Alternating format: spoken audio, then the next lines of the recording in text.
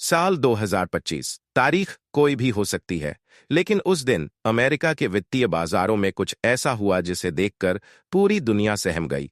एक ही दिन में ट्रिलियनों डॉलर का सफाया, निवेशकों के चेहरों पर पसीना और सड़कों पर चर्चा, अब क्या होगा। लेकिन ये केवल एक दिन की कहानी नहीं थी। यह तो बस शुरुआत थी। पीछे जो वजह थी वो थी एक अदृश्य युद्ध। एक ऐसा युद्ध जो डॉलर और बिटकॉइन के बीच था, फेडरल रिजर्व और निवेशकों के विश्वास के बीच था। और इस युद्ध का सबसे बड़ा असर पड़ा भारत जैसे देशों के युवाओं पर, जो इस वैश्विक सिस्टम को समझना तो चाहते हैं, लेकिन किसी ने उन्हें कभी सही तस्वीर दिखाई ही नहीं। अमेरिकी स्टॉक मार्केट में अचानक भारी गिरावट आती है। डाउ जोन्स, नैस्डैक और S&P 500 तीनों ही लाल रंग में डूबे हुए हैं। एक पल में गिरावट, फिर एक पल में उछाल। यह उतार चढ़ाव किसी सामान्य स्थिति का संकेत नहीं है, यह किसी बड़े बदलाव की दस्तक है। भारत में निवेशक भी बेचैन हैं। सोशल मीडिया पर अफवाहें उड़ती हैं, अमेरिका में मंदी आ रही है, लेकिन हकीकत इससे कहीं ज्यादा डरावनी है। लोगों को उम्मीद थी कि फेडरल रिजर्व ब्याज दरों में कटौती करेगा। 25 बेसिस पॉइंट की कटौती की चर्चा जोरों पर थी, लेकिन तभी सामने आता है एक बयान। जेरोम पॉवेल कहते हैं, अभी समय नहीं आया, हमें और स्पष्टता चाहिए। ये बयान जैसे आग में घी का काम करता है। बाजार और नीचे गिरता है। निवेशक समझ नहीं पा रहे कि करें तो क्या करें। अमेरिका की आर्थिक नीतियों पर भरोसा डगमगाने लगता है। भारत में भी इसका असर महसूस होता है। विदेशी निवेशक अपने पैसे खींचने लगते हैं, रुपया कमजोर होता है, और भारतीय मिडिल क्लास को लगने लगता है कि शायद अब FD भी सुरक्षित नहीं रही। ठीक इसी वक्त एक और नाम सामने आता है, बिटकॉइन। जब स्टॉक मार्केट गिर रहा है, तब बिटकॉइन अपेक्षाकृत स्थिर है। कुछ निवेशक इसे नया गोल्ड कहने लगते हैं, कुछ कहते हैं यह तो क्रांति है, एक नई आर्थिक आजादी। लेकिन क्या वाकई बिटकॉइन का इतिहास हमेशा उतार चढ़ाव भरा रहा है? लेकिन इस बार जब सब कुछ गिर रहा है, ये स्थिर क्यों है? क्या यह एक नई रणनीति है? क्या कुछ ताकतें इसे स्थिर रखने की कोशिश कर रही हैं ताकि लोगों का ध्यान उधर जाए? और सबसे बड़ा सवाल, क्या बिटकॉइन अमेरिका की आर्थिक सत्ता को चुनौती दे सकता है?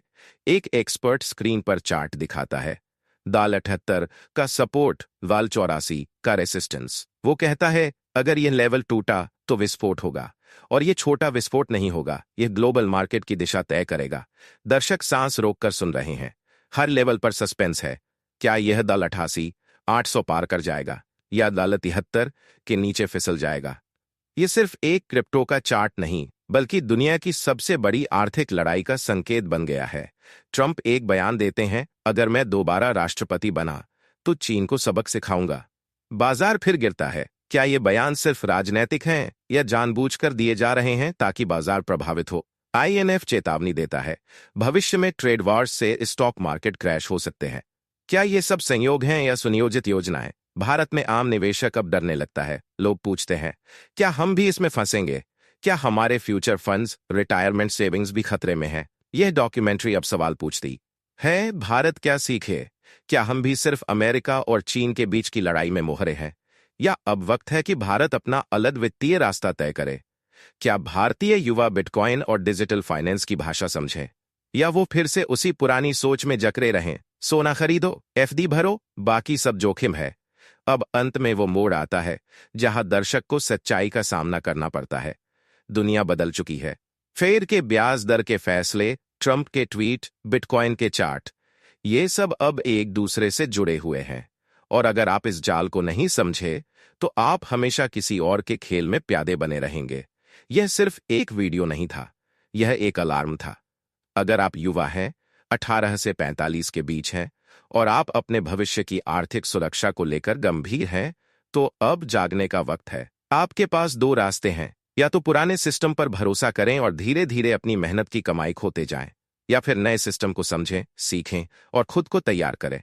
क्योंकि अगली बार जब फेड ब्याज दर में कटौती या वृद्धि करेगा, या बिटकॉइन एक नई ऊंचाई छुएगा, तब आप तैयार रहेंगे, और हो सकता है वही दिन आपके जीवन का टर्निंग पॉइंट बन जाए।